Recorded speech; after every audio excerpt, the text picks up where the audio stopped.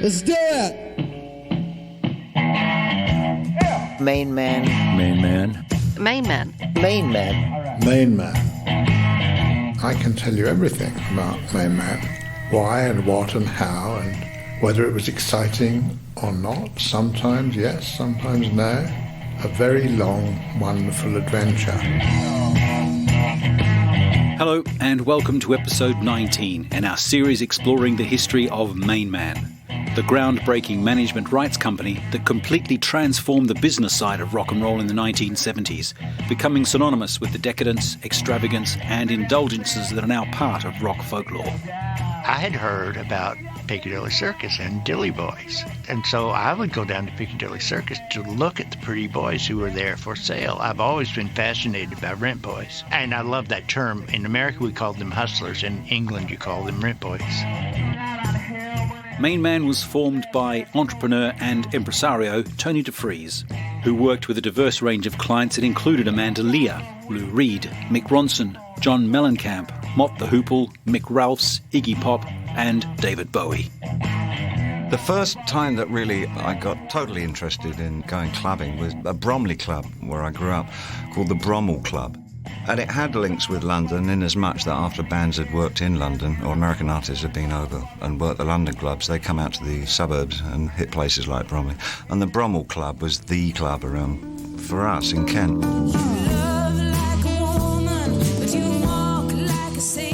In this episode, we're continuing our visit at home with Dana Gillespie, reading extracts from her memoir Weren't Born a Man, which was the title of her first MainMan album.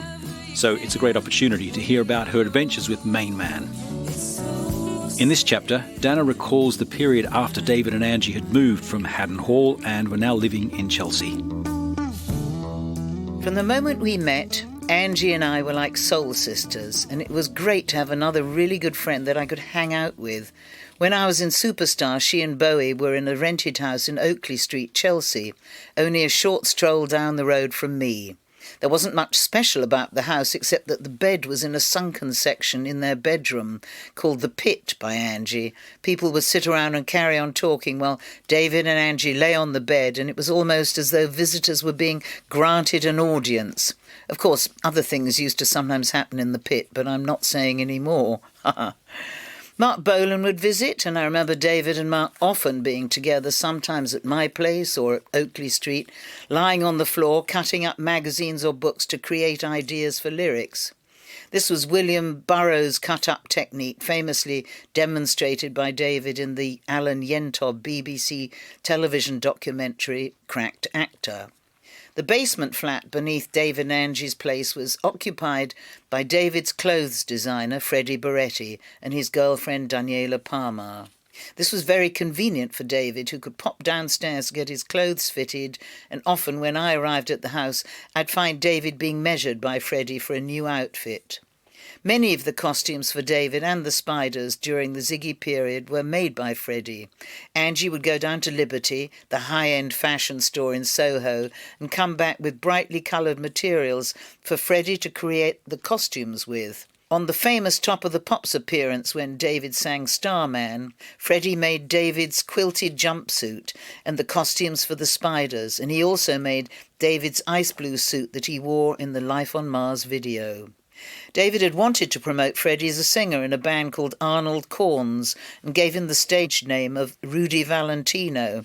They issued a single featuring early versions of Hang On To Yourself and Moon Age Daydream, both of which were to appear on the Ziggy Stardust album, and a follow-up single on which Ronson, Trevor Bolder and Woody Woodmansey all played.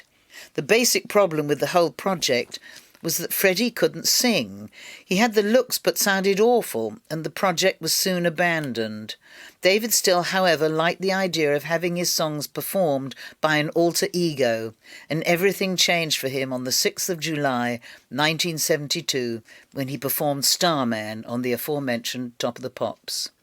In August 1972, I went to see David and the Spiders rehearsing with Lindsay Kemp at the Rainbow Theatre in Finsbury Park and stayed on to see one of the shows. The stage was covered in scaffolding with ladders leading up to different levels from where David would sing while Lindsay's mime troupe contorted their bodies around the set. You can see moments from the show in Mick Rock's promo video for John, I'm Only Dancing, which he was filming when I was there. In January 2020, I was invited to perform at a Bowie tribute event in Rome and shared the stage with two dancers who replicated the dance moves of the Kemp group all those years earlier. My superstar commitments meant that I wasn't able to see more of Bowie's shows on the Ziggy Stardust Aladdin Sane tours. His touring schedule was intense, taking in trips to the States and Japan as well as around the UK, and I would sometimes go a couple of months without seeing him. However, I was with him and De Vries the day before the famous Hammersmith show on the 3rd of July 1973, so I knew in advance that David was going to kill off the character of Ziggy.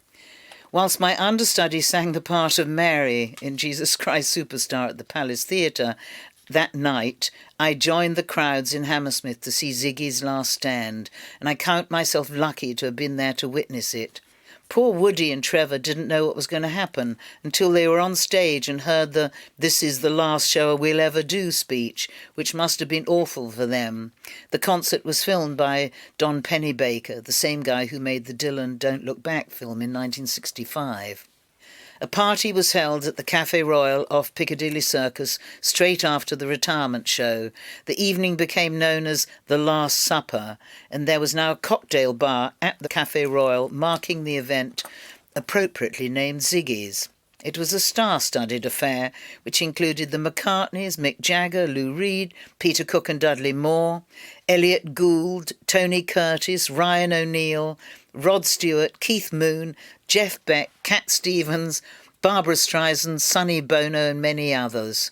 There's a nice picture of me and my mates taken that evening where I'm sitting with Jagger and Lou Reed, David and Ronno, together with Jeff Beck, who had played a couple of songs with the band at the Hammersmith show.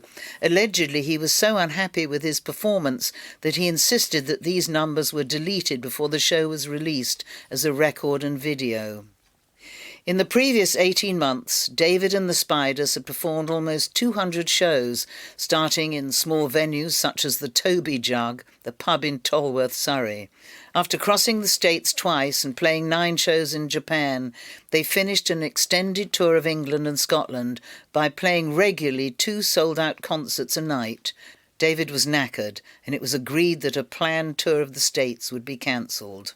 A few months later, when David was recording the Pinups album, Angie and I flew out to France and stayed with him at the chateau. It was a fantastic old place, not too far from Paris, but in the middle of nowhere. Chopin and George Sand had lived there in the past, and Van Gogh had painted it, well, pictures of it to be totally accurate, and in the 60s it had been converted into a residential recording studio. Elton recorded several albums there too, including Goodbye Yellow Brick Road, and it was getting a great reputation in England as the place to go and record. Bowie went back a few years later to record his Low album. There was always a rumour that it was haunted, but I didn't see anything when I was there. Angie and I flew in on Sunday morning and stayed for about 36 hours, as I had to be back on stage with Jesus on Monday evening. Although we weren't there long, Angie and I managed to act outrageously. While we were at the chateau, we hung out with the band and ate with them and even sat in the control room for a bit, but I can't remember which songs they were recording. The album was a collection of hits by David's favourite musicians from the 60s, and The Who, Pink Floyd, the Easy Beats, Them, Mojos and other great bands from that time. The story was that David simply didn't have any new material to record, having just completed his breakthrough 18-month Ziggy Stardust Aladdin Sane tour, but still he had to satisfy his contractual obligations to produce another album. Getting David together with Twiggy for the Pinups album cover shot was a great idea. The picture was taken by Justin de Villeneuve, who was Twiggy's husband at the time, and was originally intended for the cover of Vogue, until David said he wanted it for his record sleeve.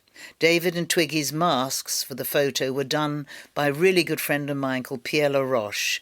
He was responsible for a lot of David's makeup in the Ziggy Stardust Aladdin Sane period, including the golden sphere David wore on his forehead and the iconic red and blue lightning bolt painted across Bowie's face on the cover of the Aladdin Sane album, and later on he did the makeup for the Rocky Horror Show. Pierre lived near me in Edith Grove, and I used to go and see him occasionally. He was a very striking-looking guy with long hair, and he spoke with a strong French accent. Men didn't have makeup artists like Pierre at that time, so what he and David did was quite groundbreaking, so much so that Mick Jagger hired him to do his makeup on the 1975 Rolling Stones tour. On the back of the Pinups album were photos taken by Mick Rock, along with David's handwritten notes. Quote, "These songs are among my favourites from the 64 to 67 period of London." End of quote. This was the time when the two of us would spend hours hanging out together in the coffee bars of Soho, listening to the latest hits. My favourite song on the album was the single Sorrow, originally recorded by the Merseybeats, or the Merseys as they later became known.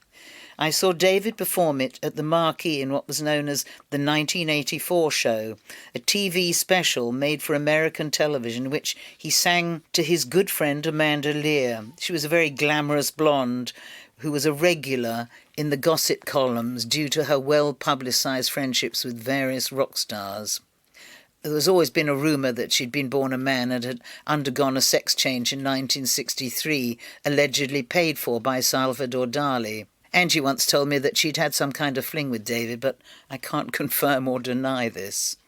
Bowie had always had something of a penchant for the exotic, if that is the right word for Amanda. A couple of years later in Berlin, he hooked up with her friend, the transsexual Romy Haag. That was about the time when Angie went out there to try, unsuccessfully, to salvage some kind of friendship with him when their marriage was falling apart. But going back to the Marquee show, it was filmed over 3 days, but I only went to one of them. Lionel Bart was my escort for the evening, which once again got the press hopelessly confused. Melody Maker reported Showbiz Romantics of the Year. Lionel Bart and Dana Gillespie made their dramatic entrance. Well, my aside is, of course, Lionel was gay. Everyone knew that, but obviously not the Melody Maker. Much more interesting was David's duet on the old Sonny and Cher song, I've Got You, Babe, which he sang with Marianne Faithfull. She wore a nun's outfit that was open at the back, showing everything. It's not obvious when watching the show itself, though it was clearly very distracting for Ainsley Dunbar, who was trying to play the drums behind her. People have often asked me what it was like to be around David in 1972 and 3, when Ziggy mania took off and he became one of the best-known pop stars in the country. The strange thing is that at the time I didn't really see any change in him at all. He was just a good friend who happened to be doing rather well. Admittedly, I wasn't with them every day, but when I used to visit most Sundays, both David and Angie were the same friends as before. While it was obviously an exciting time for David, who was at long last finding fame and success after many years of failure, to me he was still the same David Jones that I'd known for the past 9 years. It was as if David Bowie Ziggy Stardust was an alter ego, who would appear when he was out in public or performing, but he'd be left outside when he came home. A lot changed when he moved to America, but not yet. One of Tony DeFries's sayings was that if you wanted to do anything in the music business, you had to go to America and make it there.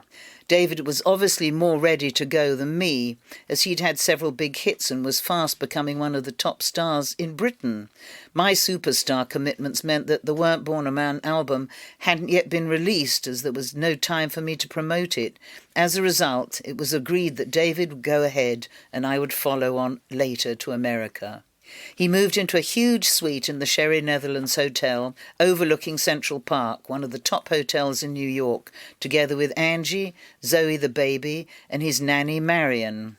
Things were hotting up in America for MainMan and Bowie, and I began to feel left out and stranded while all my pals were raving it up in the Big Apple. In 1973, DeFries finally arranged for me to go to New York to sign my contract with RCA Records. RCA was then one of the biggest record companies in the world, with Elvis Presley on their books, amongst many others, and I was looking forward to meeting the head of the company.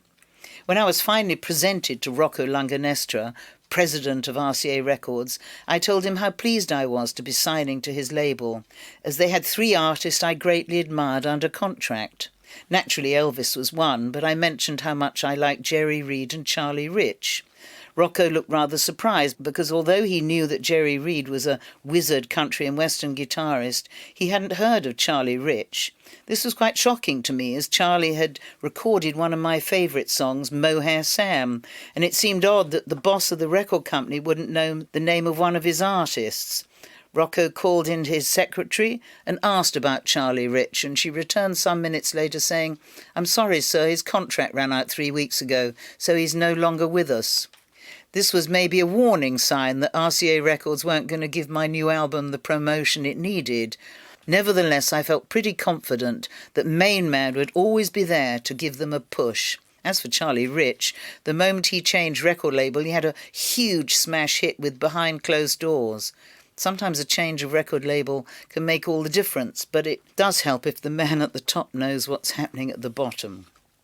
But Rocco was kind enough to give me all of Elvis's RCA albums and arranged for me to see Elvis perform live at the Nassau Coliseum just outside New York City. It was the early 70s and he was starting to get a little bloated, but it was still a good time to see him in fine voice. Somebody from RCA took me and we had a really good seats, and towards the end of the show Elvis said something like, "I'm staying at the Holiday Inn round the back." He didn't actually say his room number, but he definitely let it be known where he'd be later, maybe hoping that all the girls would rush round there after the show. It could have been just a ploy, of course, and he might have been staying in another hotel and said it just to get them to the wrong place. Knickers were being thrown on stage while he was singing, although I didn't throw mine. When Weren't Born a Man was finally released, it was agreed that I should initially promote it back in England, and I was sent off around the country to appear on local commercial radio stations with Angie alongside me. I was quoted in one of the music papers at the time as saying, "We'll be touring Britain, then Europe for 6 weeks before going to America for another 2 months. Angie will make sure I avoid all the pitfalls. I'm such a sucker. I will have to be guarded in case I meet the wrong people." Saying I was a sucker does seem rather an unfortunate choice of expression, now I look at it. MainMan had to find things to keep Angie busy and to stop her spending too much money. The idea of sending her out on tour with me was to keep her out of David's hair so he could carry on getting up to mischief in America. He certainly became pretty wild when fame arrived, and like any new rock star, he took every opportunity to satisfy his sexual appetite. Angie and I set off on tour around UK and Europe armed with copies of the Andy Warhol single. It was just the two of us on the road, occasionally accompanied by a man from the RCA promotions team. A series of appointments was arranged for us, and all we had to do was be at the radio station at the appointed hour. What an absolute hoot. We would walk in both dressed provocatively and would literally see the disc jockey thinking, "Holy shit." We would egg each other on to be naughty and could see that the DJ was worrying about what we might say on air. It was loads of fun and we really enjoyed it. Unfortunately, I don't think it actually helped to sell many records. Although she called herself Angie Bowie, she was, of course, actually Angie Jones, as David never legally changed his name. I remember once when she wanted to do some modelling, she called herself Gyp Jones. She was very elegant and could look stunning if you like that boyish, whippet-like figure, but she was never really cut out for the discipline of modelling. Being a model, you've got to be on call the whole time. You can't just be swanning off because somebody's having a party or doing a concert down the road. So she sort of gave it up.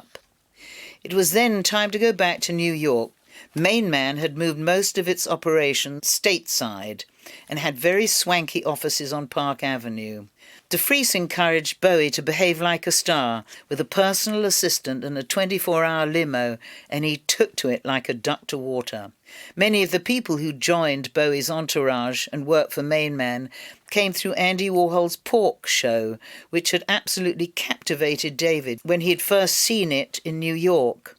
When the show transferred to London, David and I, together with Angie, De Vries and Freddie Boretti, went to see it at the Roundhouse in Camden Town. And once the run was over, David suggested to De Vries that they hire some of the people who had been involved, which was how Tony Zanetta, Cherry Vanilla, Lee Black Childers and Wayne County came to join MainMan. Tony Zanetta, who played the Warhol role in Pork, went on to become De Vries's right-hand man and was road manager on David's American Ziggy, Aladdin Sane and Diamond Dogs tours.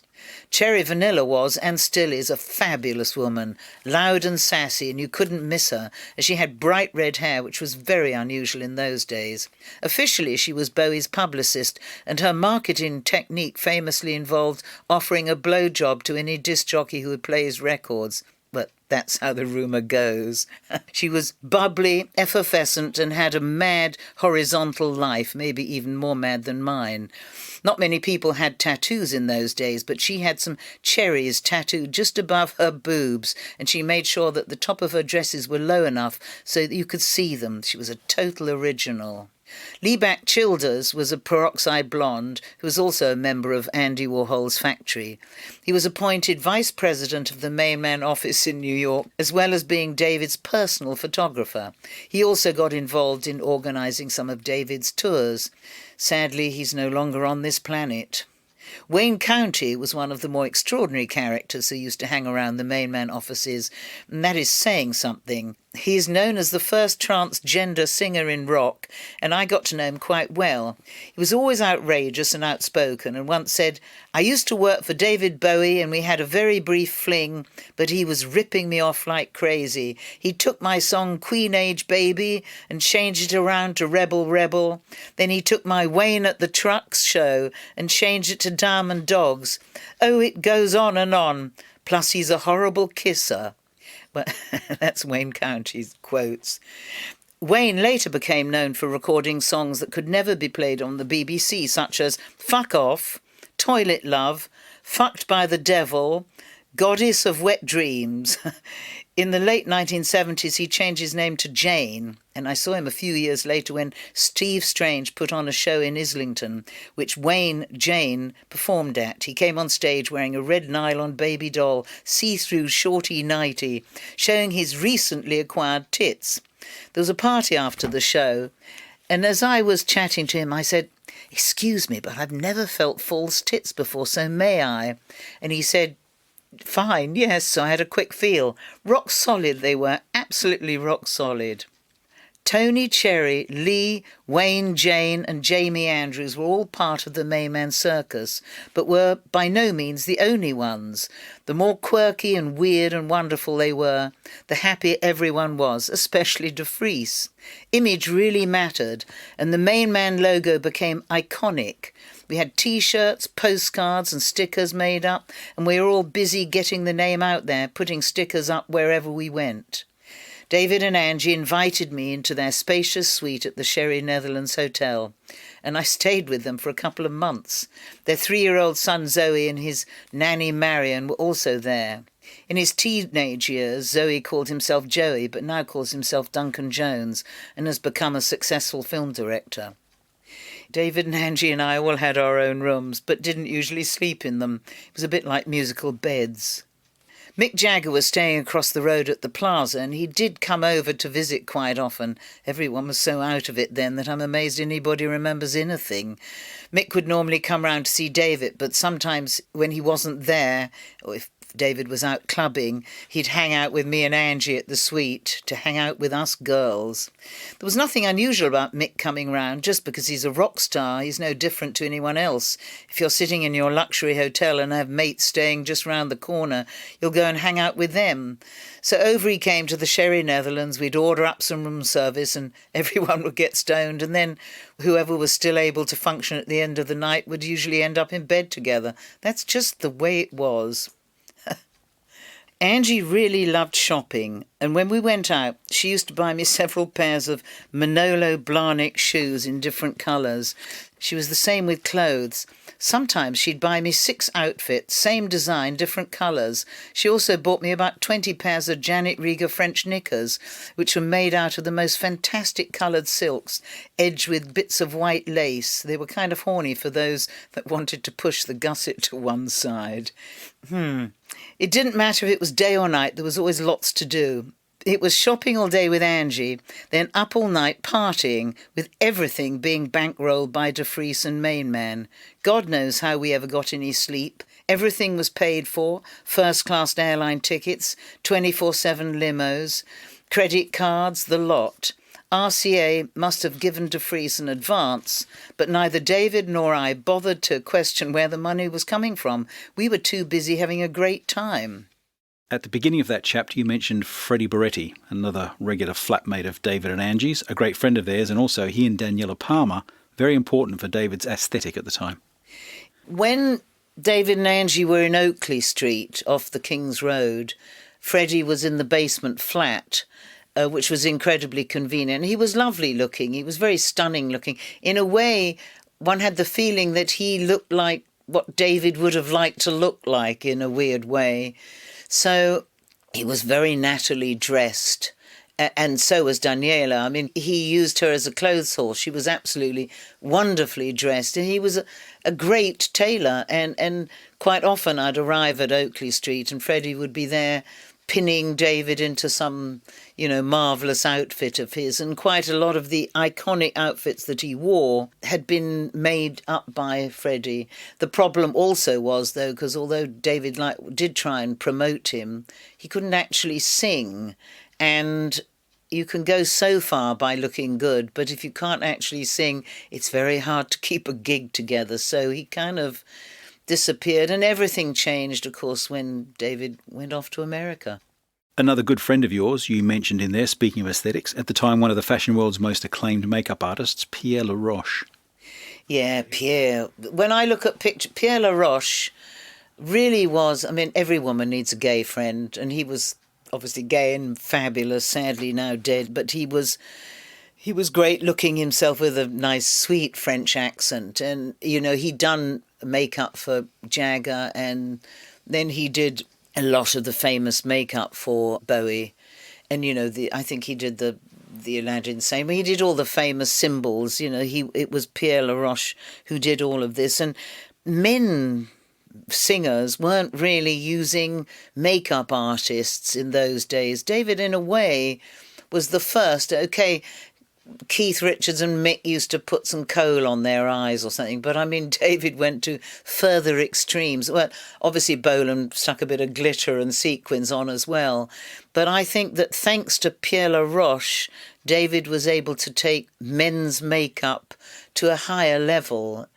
Pierre used to live down the road from me, and he had an Indian guru at the time, so we often used to talk about Indian things. And when he died, he left all his Indian books and paraphernalia from India to me, which I have on my top floor. And another larger-than-life character you mentioned in that chapter, Lionel Bart, a regular visitor to David and Angie's many parties, and also a close acquaintance to many of the MainMan staff at the time. Lionel Bart really was a Londoner through and through, an East End boy. He really was a fantastic guy and so talented. People forget that he wrote From Russia with Love, and not just Oliver and Twang. And he was the only man at the time to have 5 musicals running in the West End.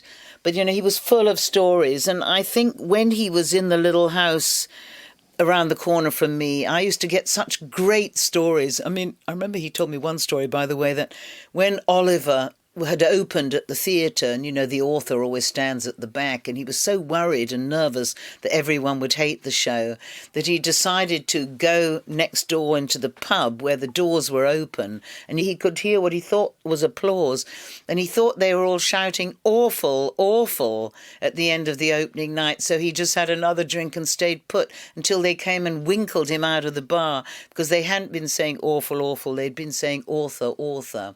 So he was just full of great stories. And yes, you couldn't not, in a way, like him. I adored him. He got quite difficult when he drank too much. And he and I had to share, we shared a bedroom in Mustique. I invited him with me to Mustique. And we had, thank God, twin beds. But, we had such a lot of laughs. He was so talented.